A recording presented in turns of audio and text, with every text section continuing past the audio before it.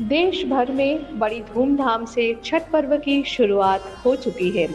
छठ पूजा आज से नहीं बल्कि युगों युगों से मनाया जाने वाला पारंपरिक त्योहार है। पर इसे मनाने की शुरुआत कब से हुई, आखिर ये क्यों मनाया जाता है और सबसे पहले किसने छठ पूजा की शुरुआत की थी? क्या इसे मनाने जाने के पीछे कोई साइंटिफिक रीज़न भी है? चलिए जानते हैं इस वीडियो में।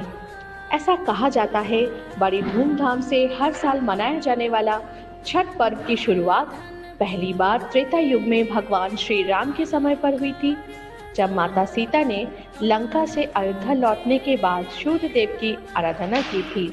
उन्होंने राम राज्य की स्थापना होने के 6 दिन बाद एक सूर्य देव को अर्घ्य दिया था और तभी यही से छठ पूजा की परंपरा शुरू हुई। इसके अलावा छठ पूजा से एक और कथा महाभारत काल से जुड़ी है। कहा जाता है कि जब पांडव अपना राजपाट जुए में खो चुके थे, तो पांडवों की मां कुंती ने संतान रक्षा और पांडवों की पत्नी द्रौपदी ने छठ व्रत रखकर सूर्य देव से शक्ति और महाभारत युद्ध में सफलता की प्रार्थना की थी। और तभी से ये व्रत ऊर्जा, सफलता और संतान सुख का प्रतीक बन गया। ये त्योहार कार्तिक महीने की षष्ठी तिथि यानी दीपावली के छठवें दिन मनाया जाता है। इस दिन की देवी है षष्ठी देवी, जिन्हें बच्चों की लंबी उम्र और परिवार की सुख शांति के लिए पूजा जाता है।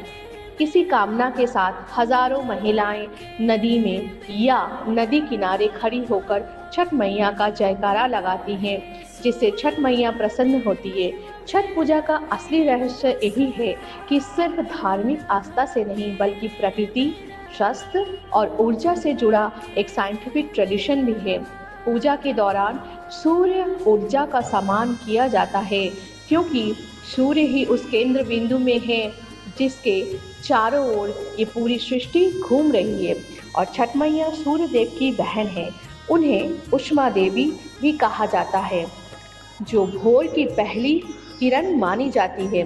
सूर्य देव के साथ उनकी बहन छठ मैया का भी आह्वान करते हैं, जो हमें एक नई शुरुआत और जीवन शक्ति देती है, क्योंकि सूर्य से प्रकाश का नहीं बल्कि जीवन का स्रोत भी है।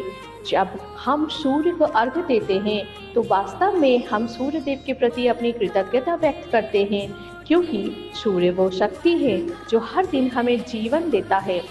छठ पर्व में 4 दिनों को खास तरीके से मनाया जाता है।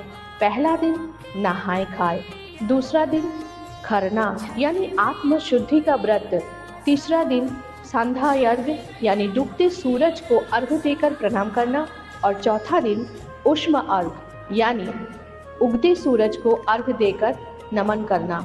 इन चारों दिन में एक संदेश छिपा है, अंधकार से प्रकाश की ओर बढ़ना। वैसे तो छठ पूजा बिहार का मुख्य त्योहार है, क्योंकि यहाँ सूर्य उपासना की परंपरा वैदिक काल से चली आ रही है। यहाँ सूर्य मंदिर और छठ घाट आज भी उस परंपरा के साथ साक्षी। देखा जाए तो छठ पूजा आस्था की एक सबसे बड़ी लोकतांत्रिक पूजा भी है, जिसमें हर आम इंसान बिना पंडित या मंदिर के खुद सूर्य को अर्घ्य दे सकता है। बिहार की भौगोलिक स्थिति भी इस पर्व के अनुकूल है, क्योंकि यहाँ गंगा, सोन, गंडक, कोसी जैसे मुख्य नदियाँ हैं, जो सूर्य अर्घ्य के लिए घाट पर पूजा का एक प्राकृतिक वातावरण देती है। समय के साथ जब बिहार के लोग रोजगार के लिए दिल्ली, मुंबई, पंजाब